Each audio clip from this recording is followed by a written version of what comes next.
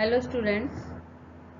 आज बेटा हमने पढ़ना है 8th क्लास एसएसटी का लेसन। चैप्टर 11 है और इसका नेम है administrative structure, growth of colonial army and civilian administration.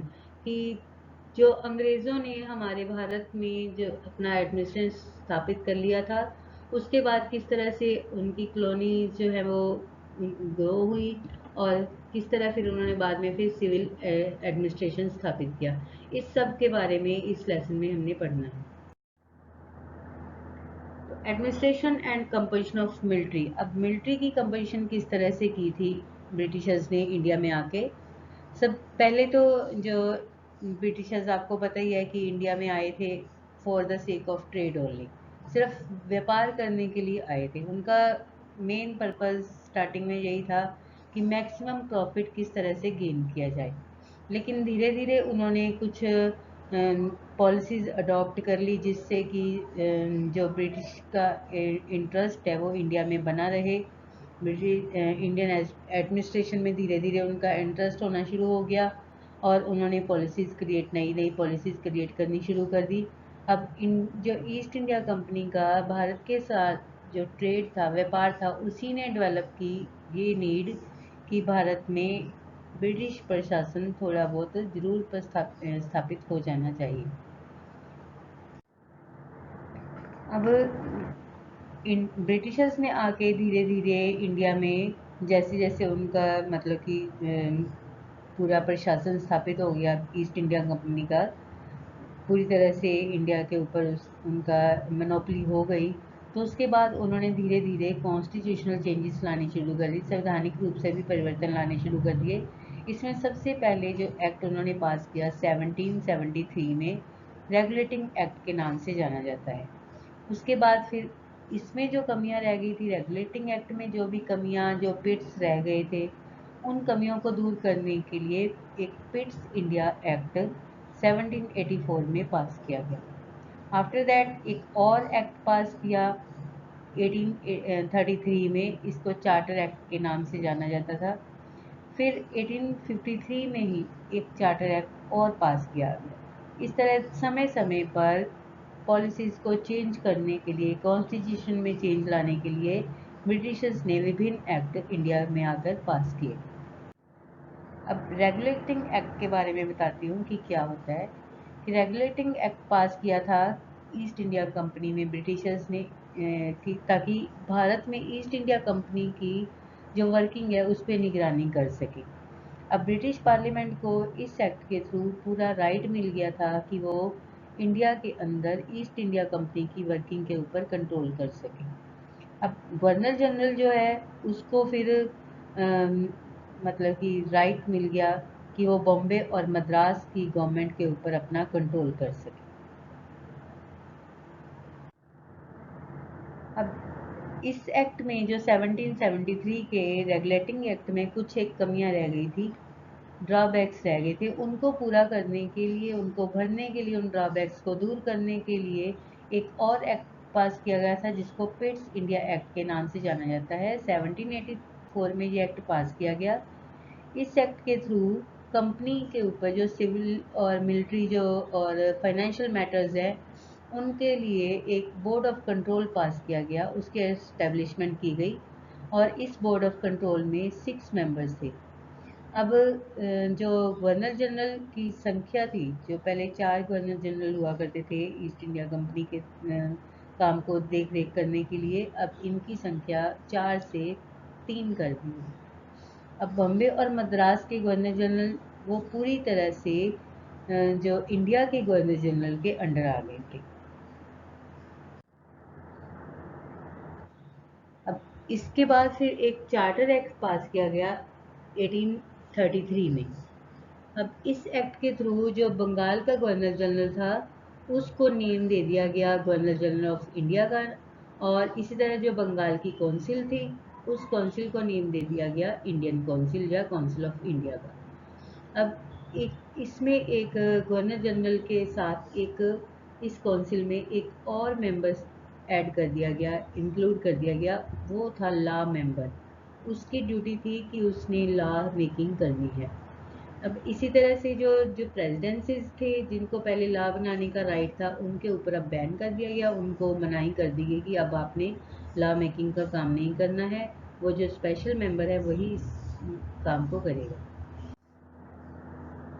अब 1853 में एक और एक्ट पास किया गया, इसको भी चार्टर एक्ट का नाम दिया गया। इस एक्ट के थ्रू एक जो लेजिस्लेटिव असेंबली है उसको एग्जीक्यूटिव से अलग कर दिया गया, कि पहले जो एक ही गवर्नमेंट थी ब्रिटिशर्स की, वही सारा काम करती थी इंडिया के लिए, लॉ बनाना भी और उसको एग्जीक्यूट करना भी, लेकिन अब लेजिस्लेटिव को एग्जीक्यूटिव से अलग कर दिया गया। अब जो सेंट्रल गवर्नमेंट थी उसके जो इंटरफेरेंस थी कंपनी के काम में और भी ज़्यादा बढ़ गई थी। अब ये क्या कर सकती थी कि इंडिया कंपनी का जो शासन है, अब इसके थ्रू कंपनी के शासन को सेंट्रल गवर्नमेंट पूरा का पूरा इंडिया में अपने अंडर ले सकती थी।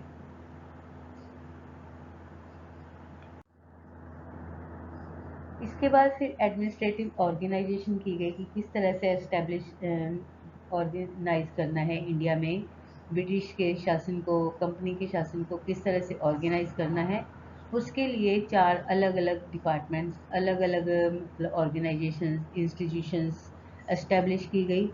पहली थी सिविल सर्विसेज, उसके बाद फिर आर्मी, फिर पुलिस और फिर जुडिशरी, जिसको कि न्यायपालिका के नाम से जाना जाता है। सिविल सर्विसेज का क्रेडिट जाता है इंडिया में स्थापित करने का लॉर्ड कॉर्नवालिस को, लेकिन उसने इस बात का खास ध्यान रखा कि जो हायर पोस्ट है उस पर यूरोपियन को ही अपॉइंट किया जाए।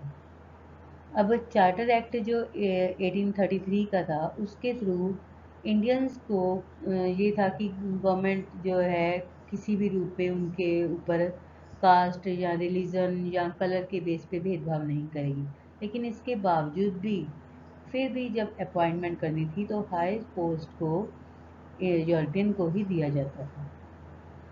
अब फर्स्ट इंडियन जो वैसे तो ये था कि ना कि जो सिविल सर्विसेज का एग्ज़ाम पास कर लेगा तो उसको मतलब इज्जत वाली कोई पोस्ट इंडियन आर्मी में या एडमिनिस्ट्रेशन एडमिनिस्ट्रेशन में मिल जाती थी, लेकिन फिर भी उनके साथ भेदभाव तो यूरोपियन के मामले में होता ही था।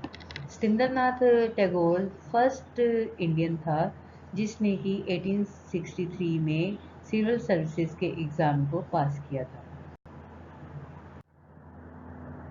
अब आर्मी में भी जो आर्मी का योगदान है वो भी ब्रिटिश रूल को स्थापित करने में इंडिया में बहुत जाता है, कि आर्मी को बहुत बड़ा क्रेडिट जाता है कि उसने किस तरह से इंडिया के अंदर ब्रिटिश रूल को स्थापित किया।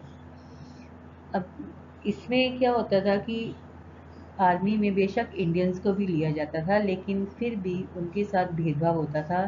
सेम पोस्ट के लिए, सेम जॉब के लिए यूरोपियन को सैलरी अधिक दी जाती थी और इंडियन जो सैनिक होते थे उनको सैलरी भी कम दी जाती थी, और यूरोपियन के कंपैरेटिवली उनको ट्रीट भी अच्छे से नहीं किया जाता था, बैडली ट्रीटमेंट ही होते थे उनके साथ।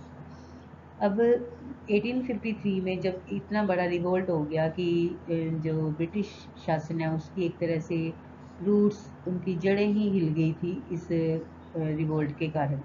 अब उसके बाद ब्रिटिश ने बेशक इस रिवोल्ट को दबा दिया, लेकिन उनके बावजूद भी उन्होंने सोचा, ये तो उनके माइंड में हो गया कि अब इंडियन जो है वो रुकने वाले नहीं है, किसी ना किसी रूप में वो कभी ना कभी हमें बाहर निकाल ही देंगे।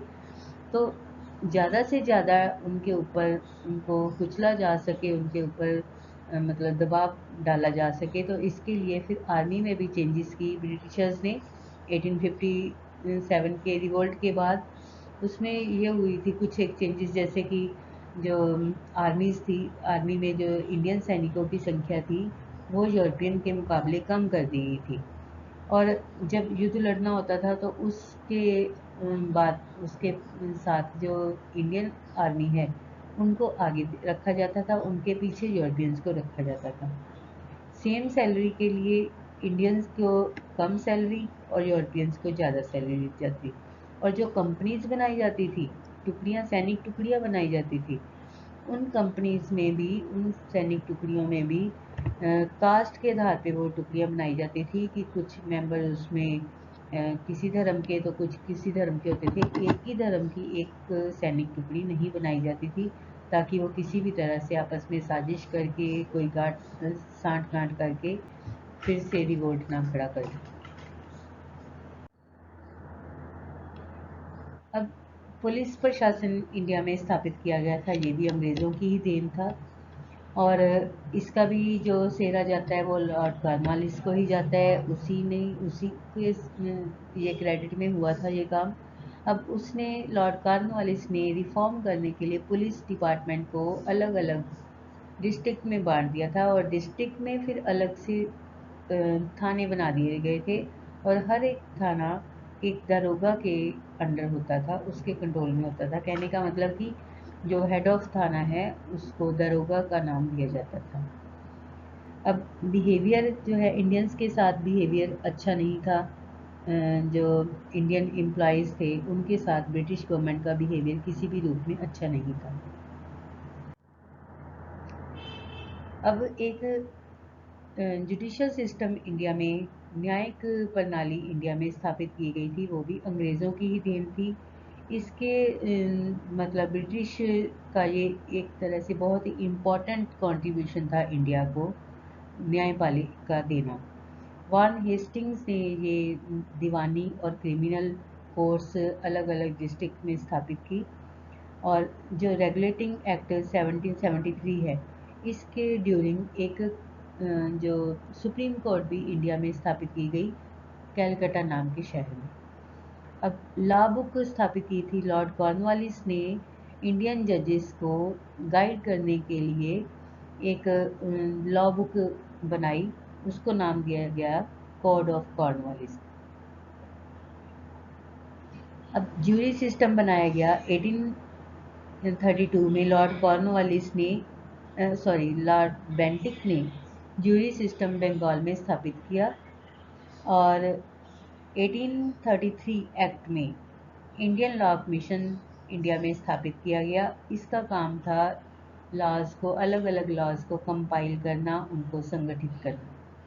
अब गवर्नर जनरल को ही सभी के सभी राइट्स मिल गए थे कि वो ही सारे के सारे राइट्स बनाएंगे। अब देखो बेटा, इस सब को पढ़ के हम इसी कंक्लूज़न पे पहुंचते हैं कि ब्रिटिश ने इंडियन कॉन्स्टिट्यूशन में जो इंडिया के अंदर उन्होंने जो अपने टाइम में कॉन्स्टिट्यूशन बनाया था, उसके आधार पे उन्होंने काफ़ी चेंजेस लाई थी। कि शो तो ये किया गया था कि इंडिया के साथ बड़ी सपोर्ट कर रहे हैं, इंडिया को बहुत सपोर्ट कर रहे हैं, लेकिन फिर भी हर हाल में इंडिया के साथ डिस्क्रिमिनेशन होता था, कास्ट के आधार पे या धर्म के आधार पे या रंग के आधार पे। यूरोपियन के कंपैरेटिवली इंडियंस को वेल ट्रीट नहीं किया जाता था। ब्रिटिशर्स ने जुडिशरी सिस्टम इंडिया में स्थापित किया, लेकिन इस सिस्टम में भी जो यूरोपियन हैं उनके कंपैरेटिवली इंडियंस को कोई भी वेल ट्रीट नहीं मिलता था। फिर लॉर्ड रिपन ने कुछ हद तक कोशिश की थी कि चलो इंडियन जजेस को भी कुछ इक्वल राइट्स मिल जाएं यूरोपियन जजेस के, लेकिन वो अपने इस कोशिश में नाकामयाब रहा, सक्सेस नहीं हो सका। तो इस तरह बेटा हमने देखा कि किस तरह ब्रिटिशर्स ने धीरे धीरे ट्रेड के थ्रू भारत में आके और फिर अपना प्रशासन स्थापित कर लिया, अपने अकॉर्डिंग लॉज स्थापित करने लगे। लेकिन कुल मिला के उनका यही रहा कि किस तरह से ज़्यादा एक्सप्लॉइट इंडियंस को करना है, ज़्यादा से ज़्यादा समय उनके ऊपर कंट्रोल अपना रखना है। लेकिन 1857 के विद्रोह के बाद तो जो अंग्रेज़ थे वो और भी ज़्यादा सशक्त हो गए थे कि हमने इंडियंस को किसी भी तरह से नहीं उठाने देना। लेकिन ये इंडिया वाले ही थे कि वो अलग अलग तरीक़ों से विद्रोह करते गए, और उन्होंने फिर एंड में आके अपने आप को इन अंग्रेज़ों से आज़ाद कर लिया। तो बच्चे आपने लेसन को ध्यान से सुना, थैंक्स फॉर दैट। ओके बेटा, बाय।